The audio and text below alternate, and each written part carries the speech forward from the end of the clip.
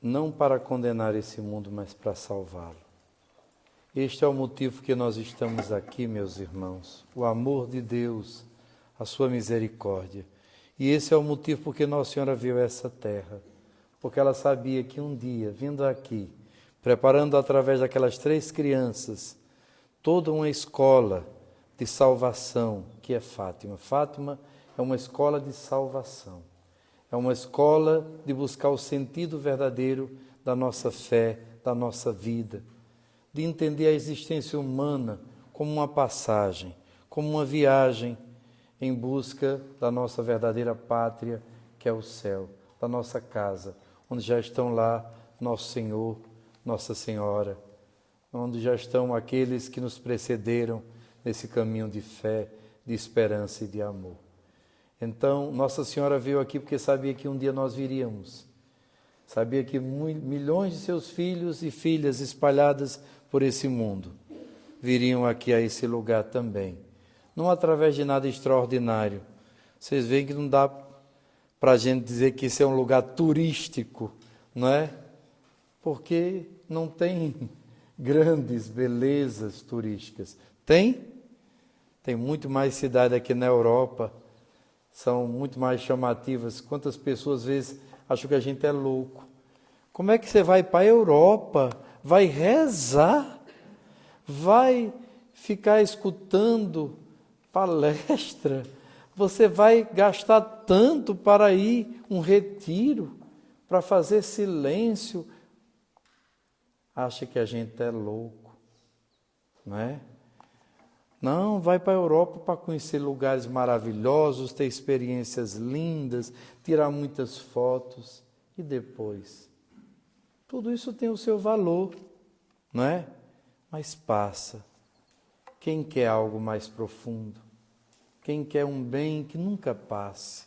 Um bem que nos ajude a buscar o céu? É esse que estamos aqui.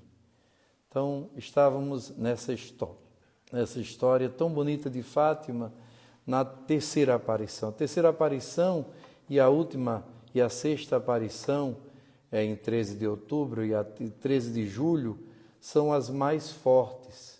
São as mais fortes. Porque nela Nossa Senhora vai revelar então o que se chama o segredo e depois realizar um milagre que vai nos preparar para os grandes milagres da nossa vida, para o maior milagre que nós precisamos. Então, primeiro 13 de julho, as crianças já estão com uma pequena multidão acompanhando, ali na Cova da Iria, e de repente, ao meio-dia, com um momento como esse, depois de rezar o terço, Nossa Senhora aparece, né? E Lúcia já pede que ela diga quem quer, quem é, o que faça um milagre, que as pessoas já estão desconfiando, estão perseguindo, dizendo que elas estão mentindo. Imagina o sofrimento daquelas crianças. E Nossa Senhora disse, em outubro eu vou fazer um milagre e vou dizer quem sou. Mas agora eu quero mostrar a vocês uma coisa. E abre as mãos e as crianças de repente se veem num vale terrível, tenebroso, que elas dizem que só não morreram porque Nossa Senhora estava ali com elas. Nossa Senhora, para aquelas crianças de 10, de 8 e de 7 anos, mostra o inferno. O terrível inferno. Almas perdidas para sempre. Pode parecer uma história medieval, mas não é, meus irmãos. É a realidade que pode, inclusive, não para fazer medo, não é por medo que a gente serve a Deus, mas que pode acontecer com cada um de nós, nos perdermos eternamente e nos afastando tanto de Deus que já não descobramos mais a maneira de voltar. Um Deus que nos amou tanto que deu o seu Filho. Sabe por que Jesus sofreu tanto? Porque Ele sabe que nós podíamos sofrer eternamente. Então não há maior prova de amor. Por isso, quem não aceita Jesus já está condenado, porque Jesus é toda a nossa salvação, Jesus é toda a nossa esperança. Por isso que ninguém pode, por pior que seja a sua situação humana, espiritual, ninguém pode se desesperar, porque Ele foi até o final por nós, para que a gente não sofresse, não só nessa terra, porque sofrimento aqui sempre teremos, mas não sofrêssemos eternamente o pior dos sofrimentos, que é a separação eterna de Deus. Aquelas crianças assustadas, e Nossa Senhora diz: viste para onde vão tantas as almas? Essa é a dor da vossa mãe, essa é a dor do vosso Deus. Para que as almas não se percam, venho pedir que consagrem ao meu imaculado coração, que se consagrem ao meu imaculado coração, que é o caminho seguro pela oração, pela conversão, pela verdadeira mudança de vida para o caminho de uma eternidade mais feliz. E aquelas crianças ali, sem entender, só para vocês terem uma ideia, quando Nossa Senhora começa a falar sobre a Rússia, e naquele ano, nós estamos em 13 de julho, em outubro, começa a Revolução Bolchevista na Rússia, que vai dar início ao comunismo, não é? Então, Nossa Senhora já se adianta, não é? E diz: o Papa consagrar a Rússia ao meu imaculado coração, e aí o mundo vai ter um pouco de paz. Senão a Rússia espalhará os seus erros sobre a terra e haverá muita morte, muita fome, muita peste e guerras. E Lúcia, na sua inocência, pensava até que a Rússia fosse uma mulher muito brava. Ela não sabia que era um país da Europa que naquele ano estava vivendo justamente o que tinha acontecido aqui em Portugal, a queda da monarquia, né? Lá os czares, né? Era a queda dos czar e justamente começava ali o que depois se tornou o comunismo ateu, depois o socialismo. Por isso, meus irmãos, Nossa Senhora, cheia de tantos temores, ela revela aquelas crianças analfabetas, uma coisa que como é que elas iam chegar até o Santo Padre? Como é humanamente que teria alguma capacidade de alguém escutar aquelas crianças? Mas para mostrar que a obra não era delas. Mas quando as crianças, depois da aparição, disseram que não podiam revelar aquilo que Nossa Senhora disse que guardasse, era um segredo, e revelou ainda a terceira parte, né, que era justamente a morte, o assassinato do Santo Padre. Né? Então, quando aquelas crianças ali começaram a dizer que... O que foi que Nossa Senhora disse? Não, ela nos mostrou uma coisa, mas disse que não era para a gente comentar com ninguém, que era um segredo. Logo começou a falar de segredo, as autoridades religiosas não acreditaram, claro, o padre não acreditou, a mãe muito preocupada. Daqui a pouco as autoridades civis procuram saber o que é que essas crianças estão reunindo, quem está por trás dela. Isso é um complô da Igreja contra a República, contra o Estado. Então, se preparam no dia 13 de agosto, como nós vimos ali embaixo, que era o dia onde ia mais reunir pessoas por causa desse segredo também, e as coisas começaram a sair do controle. Então, as autoridades vêm naquele dia e dizem: olha, nós vamos levar as crianças, porque tem muita gente já caminhando e muitas pessoas pedindo graças. Então, nós vamos levar essas crianças até a Cova da Iria. Os pais inocentemente deixam, eles pegam as crianças e no lugar de levar no 13 de agosto para a Cova da Iria, levam para aqui a comarca, não é? E lá, como é o nome daqui do lugarzinho? Não, Ajustrel não, o outro... Não, Leiria não. Orém. E lá as crianças são ouvidas, são ameaçadas, elas não contam os segredos e por isso elas são jogadas na prisão, cheias de ameaça. Aquelas crianças inocentes são jogadas naquela prisão, mas elas não temem a nada. E naquele dia 13 ficam presas, depois os pais vão lá, né?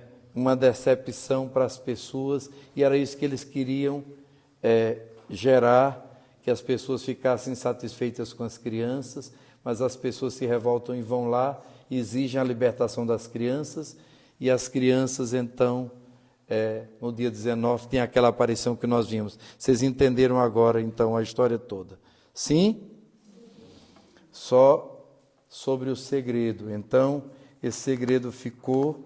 Lúcia, depois, os meninos, depois das aparições, vão morrer.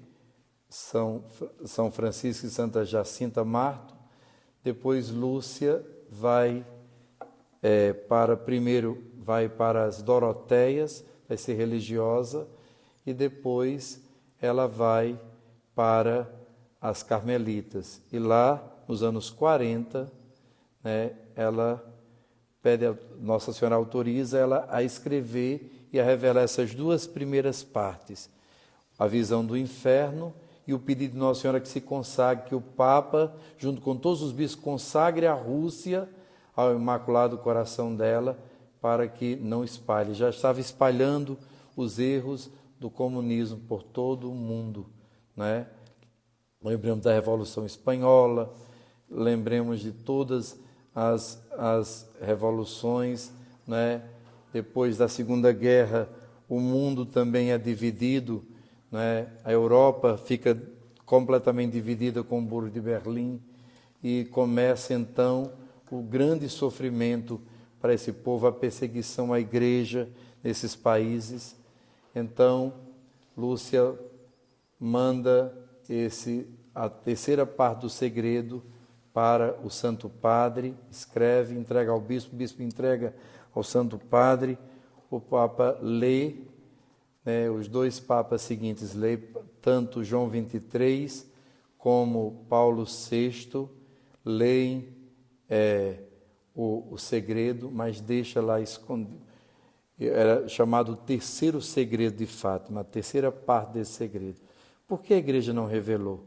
Tratava-se da morte do Santo Padre. Vocês imaginem, inclusive o terrorista, o Ali Agca, que tentou assassinar o Santo Padre, ele mesmo disse: não, mas tinha escrito que alguém mataria o Senhor, então eu só estou cumprindo aqui uma profecia. Então, se a igreja tivesse revelado antes, muita gente dizia assim: não, eu estou aqui nos cumprindo um oráculo, um pedido de Nossa Senhora. O Santo Padre teria que morrer, então, por isso que nunca foi anunciado.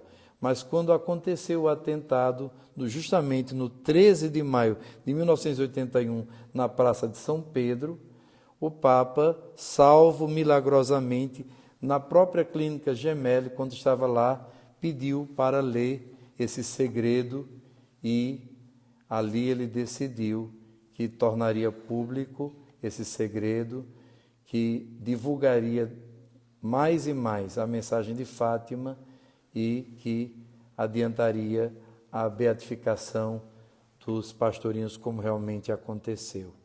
Então, o Santo Padre, um ano depois, veio, trouxe a bala, foi colocada na coroa, como nós vamos ver lá, vocês vão entender bem essa história, e depois ele, no ano 2000, pediu que o cardeal Sodano, quando da beatificação, proclamasse essa terceira parte do segredo de Fátima, que justamente ele fala que era todo o sofrimento que ele e todos os papas desse último século, que foi o século mais violento de 2 guerras mundiais, onde tantos foram martirizados, que mostrava a preocupação de Nossa Senhora em tanto derramamento de sangue, em tanta maldade do homem contra o próprio homem, do homem deixando Deus e se tornando realmente o lobo, o assassino do próprio homem, não é? Dessa autodestruição,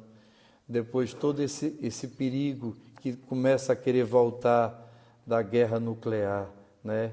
Que nós vimos, os mais antigos sabem aqui dos anos 70, dos anos 80, essa guerra fria, a loucura, quando o homem abandona a Deus. Então, tudo isso para dizer só uma coisa, meus irmãos, Nossa Senhora aqui não veio dizer nada de novo. Nós estamos aqui em Fátima não só atrás de milagres, de graças, de ver algo extraordinário, mas aqui é uma mãe preocupadíssima com os seus filhos, que dizem assim: voltem para Deus, parem de ofender a Deus, aprendam que sem Deus nós não somos nada, sem Deus nós não vamos respeitar a liberdade de ninguém, nós só conseguimos amar e perdoar quando sentimos o amor e o perdão de Deus. Deus não é um mal na nossa vida, Deus é todo bem, é toda a potência. A fé nos faz mais humanos, nos faz pensar em eternidade. A fé nos faz fazer coisas tão bonitas. A fé nos faz enfrentar os desafios, as dificuldades da vida. Eu sou vossa mãe, eu estou com vocês para vos ensinar o caminho da vida e da salvação. Que possamos aprender, cada um de nós está num grau espiritual, cada um de nós está num grau da vida, né? Uns já aposentados, outros começando com tantos sonhos, né? Uns cansados, né? Cansados da viagem, quando chega essa hora vai batendo sono. Não importa nada disso. Só aqui a gente quer receber esse abraço dessa mãe e dizer: vale a pena, vamos para frente, né? Cada um com a sua história, vamos caminhando para o céu. Vamos lutar por uma conversão, por um crescimento espiritual, para o nosso bem, para o bem dessa humanidade, das nossas famílias. O mundo tem esperança sim.